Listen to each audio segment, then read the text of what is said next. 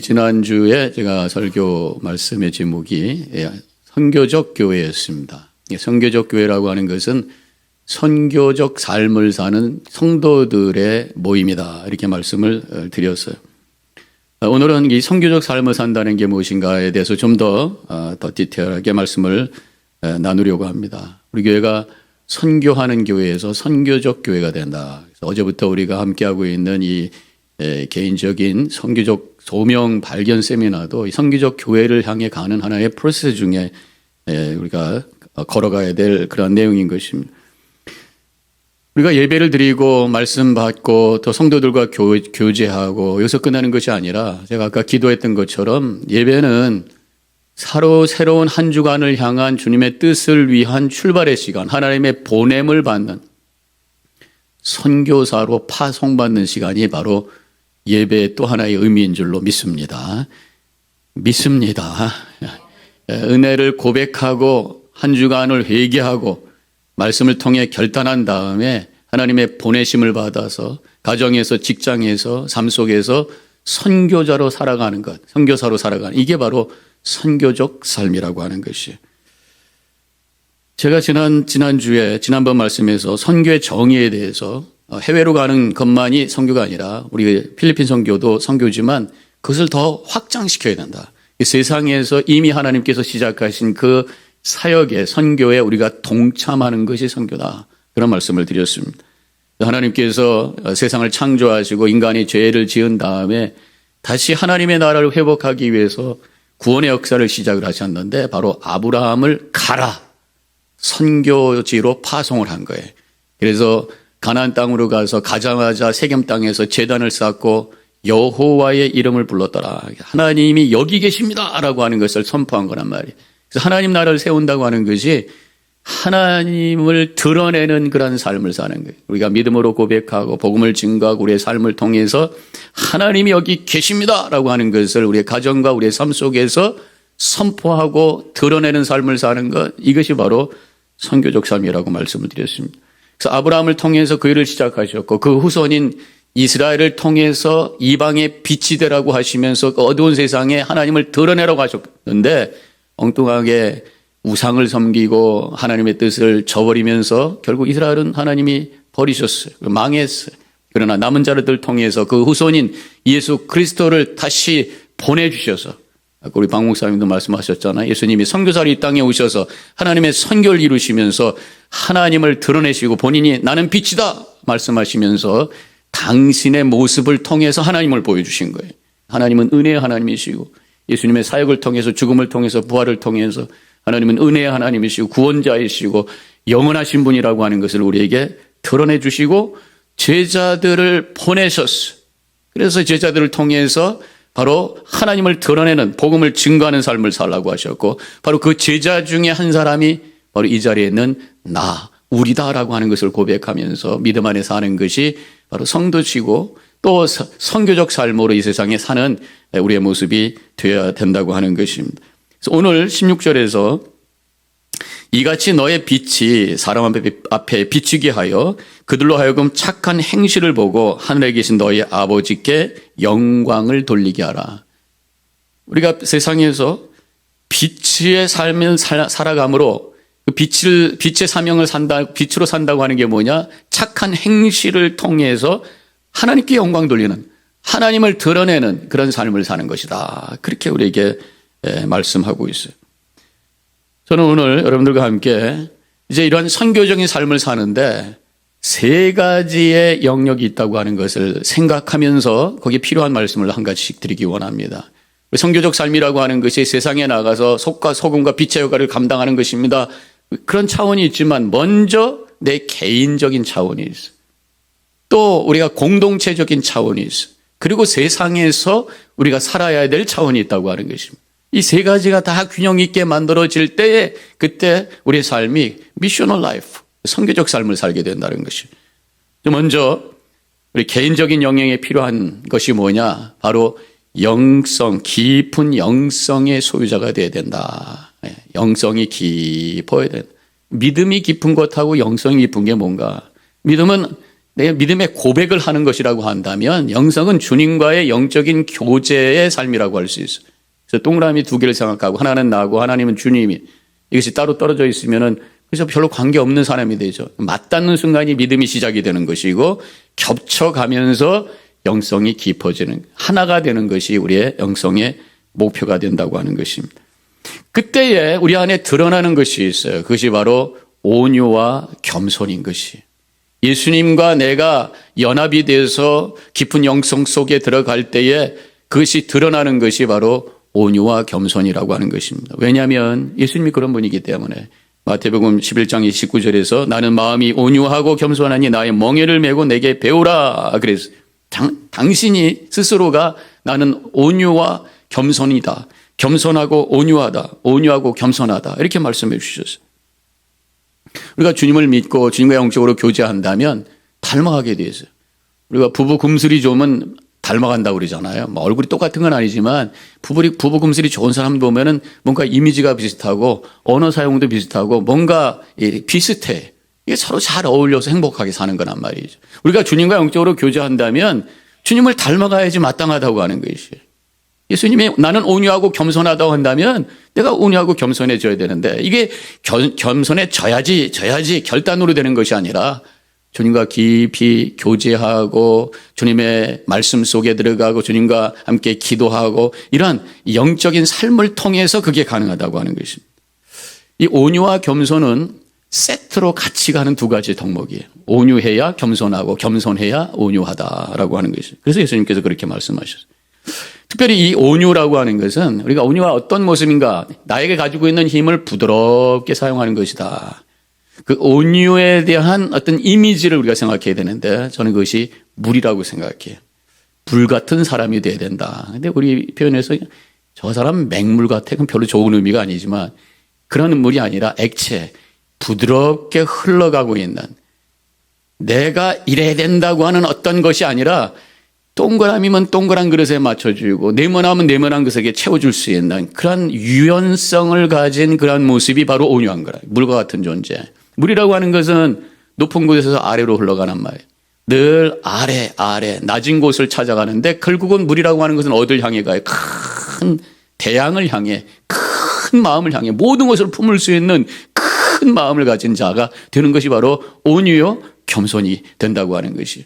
물은 내려가면서 뭐가 막히면은 그걸 두들겨 부수면서 자르면서 내려가지 않아요. 가다 나무가 있으면 피해가. 가다가 뭐가 막혀 있으면 기다려서 흘러 넘쳐서 내려가게 돼 있다는 거죠. 이게 바로 온유라고 하는 것이. 주님께서 나는 생수라고 말씀하셨어요. 예수님 자신이 나는 물이라고 빛이라고도 말씀하셨지만 주님과 깊은 영적인 교제를 통해서 그 온유하신 주님의 마음이 우리 속에 충만하게 채워짐으로 아래를 향해 겸손을 향해 흘러감으로 아름다운 덕스러운 모습으로 하나님께 영광 돌리고 그리스도를 증거하는 복된 삶을 살아가시기를 축원합니다. 그렇게 하기 위해서는 주님과 함께 있는 시간이 있어야 된다. 아까 말씀드렸잖아요. 그래서 예수님께서도 제자를 찾으실 때에 먼저 나하고 함께 사역할 사람 이렇게 시작하지 않으셨어요. 함께 있을 사람.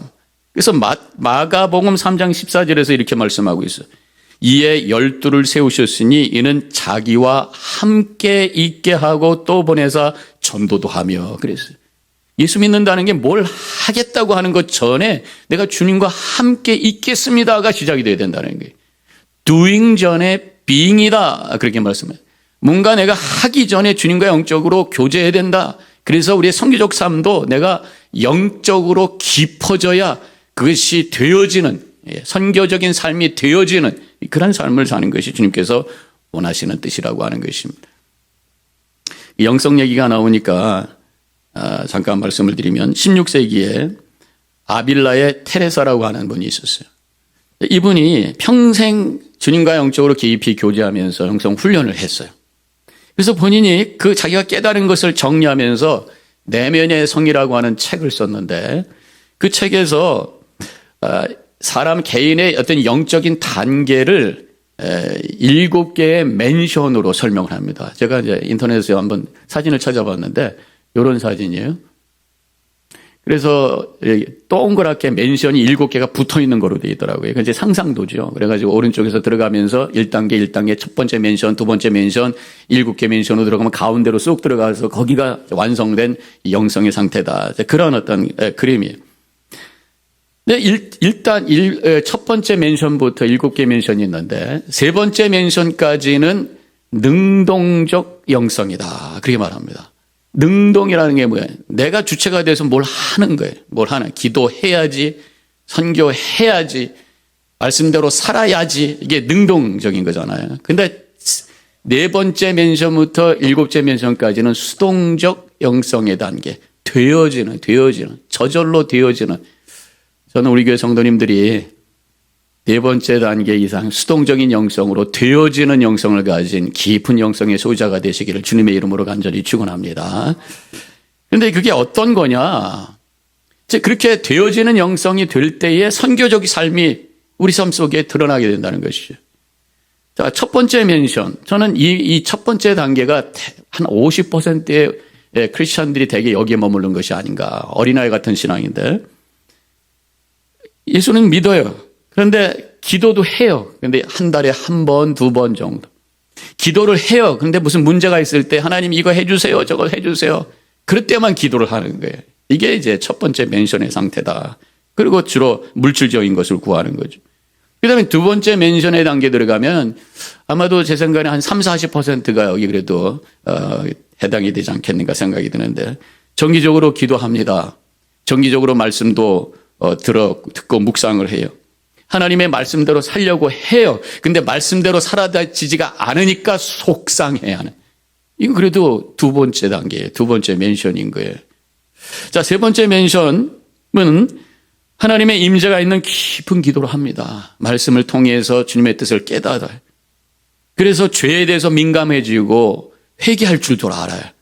그 제자의 모습이 어느 정도 만들어진 거예요. 이게 3단계, 세 번째 맨션. 아마도 우리 한국교회 한 10%, 20% 아까 말씀드렸던 그 두 단계 외에 다른 분들이 대개 여기에 속하지 않을까. 대개 여기에 머무르는 것이 열심히 신앙생활 한다고 했는데 머무르는 것이 이 정도의 단계. 근데 7단계까지 있어. 아직도 갈 길이 멀어요. 대개 보면 내가 하고 내가 열심히 하고 내가 말씀 보고 내가 기도하고.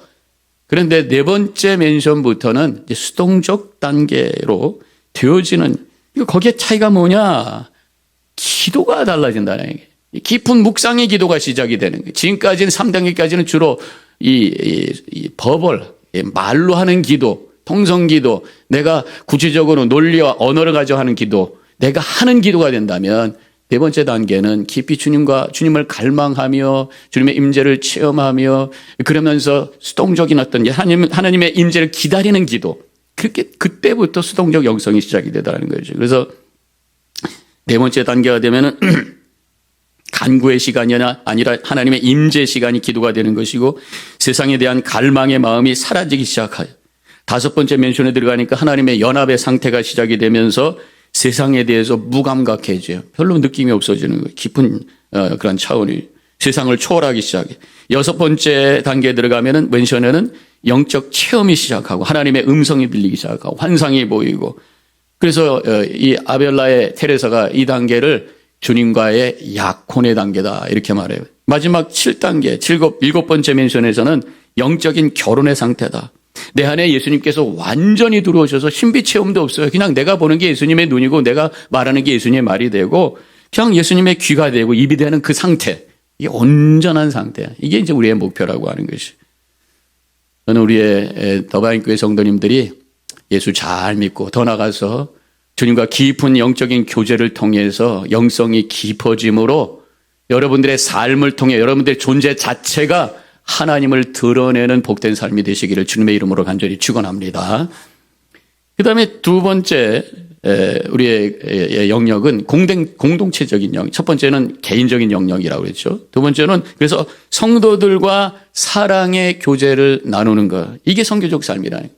영성이 깊어지는 것. 이게 선교적 삶이고 두 번째로는 성도들과 사랑의 교제를 하는 것이 선교적 삶이다라고 하는 거예요. 하나님께서 우리에게 교회를 주셨어요. 예배를 위해서 주셨어요. 더 나아가서 이곳에 하나님의 나라의 모형을 만들라고 주신 거란 말이에요. 그래서 세상 사람들이 교회를 보면서 하나님 나라가 이런 것이구나, 천국이 이런 것이구나, 저기 하나님이 계시구나 라는 것을 보여줄 수 있는 교회를 우리가 세워야 된다는 거예요. 교회를 잘 세워서 사랑의 공동체를 세우는 것도 선교라고 하는 것이죠. 그래서 우리에게 필요한 건 뭡니까? 바로 사랑이라고 하는 거예요. 요한복음 13장 34절에서 예수님께서 새 계명을 너에게 주노니 서로 사랑하라. 내가 너희를 사랑한 것 같이 너희도 서로 사랑하라. 그렇게 말씀하셨어요. 예수님께서 사랑을 보여주셨는데 십자가를 통해서 보여주셨어요. 인내하고 고통하면서 사랑을 보여주셨어요. 그래서 고린도전서 13장에서도 사랑은 오래 참는 것이라고 그러고 모든 것을 받아주는 것이고 모든 것을 견디는 거라고 그랬어요. 그래서 때로는 우리가 공동체 생활을 하면서 다른 사람들이 함께 다양한 사람들이 모여있기 때문에 생각이 다르고 여러 가지 갈등을 할 수 있지만 참아주고 기다려주고 용서하는 것, 이것이 바로 선교라고 하는 것을 고백하면서 여러분들의 하나님의 뜻을 이루는 선교적을 삶을 살아가는 우리 성도님들 되시기를 주님의 이름으로 간절히 축원합니다. 그러한 역사가 여러분들의 셀에서 일어나시기를 주님의 이름으로 간절히 축원합니다. 친한 사람들과 어울리는 거 세상 사람들 다 해요. 근데 소외된 사람들, 적응 잘 못하는 사람들, 믿음이 연약해서 들락날락하는 사람들 위해서 중보기도 하고 카드도 보내고 기도도 하고 전화도 하고 어떻게 해서라도 그 사람을 주님 앞에 다시 돌아올 수 있도록 하기 위한 그 애씀, 이게 바로 선교라고 하는 거예요. 공동체를 세우는 거란 말이죠. 마지막으로 한 가지 더 우리에게 필요한 것은 거룩한 영향력을 끼치는 삶을 살라. 바로 세상 속에서 이 사회 속에서 세상적인 영역, 거룩한 영향력을 끼치는 삶을 살란 말이죠. 우리가 개인적으로 영적으로 깊고 교회 안에서 성도들과 함께 교제하고 여기서 끝나는 것이 아니라 내가 있는 그곳, 우리들의 가정, 직장, 내가 있는 그곳에서 거룩한 영향력을 끼치는, 그래서 나로 말미암아 뭔가 세상이 더 밝아지는 삶을 사는 것, 이게 선교적인 삶이라고 하는 것이에요. 오늘 16절의 말씀 아까 읽었던 거지만 다시 한번 읽으면 너의 빛이 사람 앞에 비치게 하여 그들로 너의 착한 행실을 보고 하늘에 계신 너의 아버지께 영광을 돌리게 하라. 그런 말씀을 하고 있어요. 빛이 비춰져서, 그럼 그 빛이 여기서는 착한 행실이라고 말씀을 했다. 그래서 세상에 빛을 비추고 착한 행실을 드러내면서 살아가는 것이 바로 거룩한 영향력을 끼치는 것이, 그것이 바로 선교적 삶이다. 그렇게 말씀하는 거예요. 그러면 그것이 뭐냐? 착한 행실이라고 하는 것이 그저 착하게 다른 사람들에게 좋은 행실을 보여주고, 그것도 있지만 먼저 그보다 더 중요한 것이 빌립보서 1장에도 비슷한 표현이 나오고 있는데, 빌립보서 1장 5절에 보면은 바울이 빌립보 교인들한테 내가 너희들 생각할 때마다 기쁘고 감사한데 복음을 위해서 그 복음을 위한 일에 참여하고 있기 때문이다. 이렇게 말씀하신 다음에 바로 6절에서 이어서 이렇게 말씀하셨어요. 너희 안에서 착한 일을 시작하신 이가 그리스도 예수의 날까지 이르실 줄을 우리가 확신하노라. 그렇게 말씀하셨거든요. 그럼 이 착한 일이 뭔가 이 5절에 있는 말씀하고 연결시키면 복음을 위한 일이다. 우리가 빛이 되어서 착한 행실, 착한 일, 이것이 바로 복음을 증거하는 일이다. 내가 사랑하는 사람들, 내가 트러스트하는 사람들, 지난번에 우리 잭슨 목사님 오셔서 말씀하셨던 것처럼 그들에게 자꾸만 기회를 만들어서 그리스도를 증거하고 그리스도에 대해서 설명하는 그런 어떤 복음을 위해서 일하는 것, 이것이 바로 착한 일이다. 그렇게 말씀하고 있는 것이, 주님께서 이 세상에서 가장 우리에게 원하시는 일은 그리스도를 알지 못하는 사람들에게 증거하는 것, 이것이 바로 선교적인 삶인 것을 고백하면서 우리 자녀들에게, 우리 주변에 있는 사람들에게 그리스도를 증거하고 보여줄 수 있는 삶을 살아가시기를 주님의 이름으로 간절히 축원합니다. 이 착한 일이라고 하는 것은 아까 말씀드렸던 것처럼 그 말씀 그대로 착한 일, 좋은 일을 얘기하는 거예요. 바로 다르게 표현하면 그것은 바로 하나님의 사랑을 나누는 일이다. 이 복음 자체도 하나님의 사랑, 하나님이 세상을 이처럼 사랑하사 독생자를 주셨으니 이는 저를 믿는 자마다 멸망치 않고 영생을 얻게 하려 하심이라. 하나님이 우리를 세상을 사랑하셔서 예수님을 보내주신 이 복음 자체가 사랑이고, 또한 구약에 보면은 하나님의 사랑은 소외된 자들을 돌보는 것으로 구체적으로 나와 있어요. 신명기 10장 18절과 19절에 고아와 과부를 위하여 정의를 행하시며 나그네를 사랑하여 그들에게 떡과 옷을 주시나니 너희는 나그네를 사랑하라. 전에 너희도 애굽 땅에서 나그네 되었음이니라. 이렇게 말씀하고 있어요. 고아와 과부와 나그네 이런 사람들을 돌보고 사랑하는 것, 이것이 바로 착한 행실이고 착한 하나님의 일이고 주님께서 원하시는 선교적 삶의 모습이다. 이렇게 우리에게 가르쳐주고 있단 말이죠. 우리 교회 예선교회가 요즘에 구체적으로 이런 일을 하고 계셔요. 그래서 지금 페러슨에 있는 홈리스들을 위한 숲키친에 가셔서 한 달에 한 번씩 돌아가면서 음식 대접하고, 또 미랄 선교회 핸디캡을 위해서 사역하고 있는 그 선교 사역지에 가서 또 식사도 대접하고, 뭔가 이러한 일들을 우리 성도들이 함께 한다면 이것이 얼마나 아름답고 주님께서 원하시는 일이겠는가.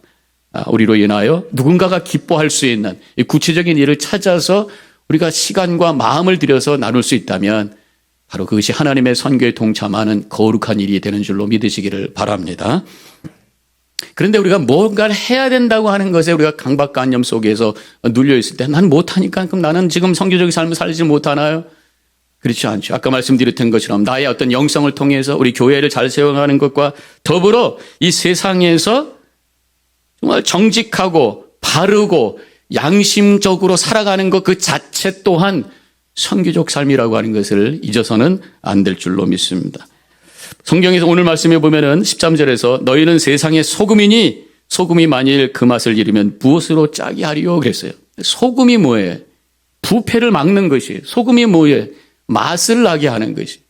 우리가 세상에서 좀 더 정직하게 바르게 양심적으로 흩어져서 산다면 지금 썩어져 가고 있는 이 세상에 그 부패를 막을 수 있는 소금의 역할을 감당하는 선교적 삶을 살아가는 일인 줄로 믿으시기를 바랍니다.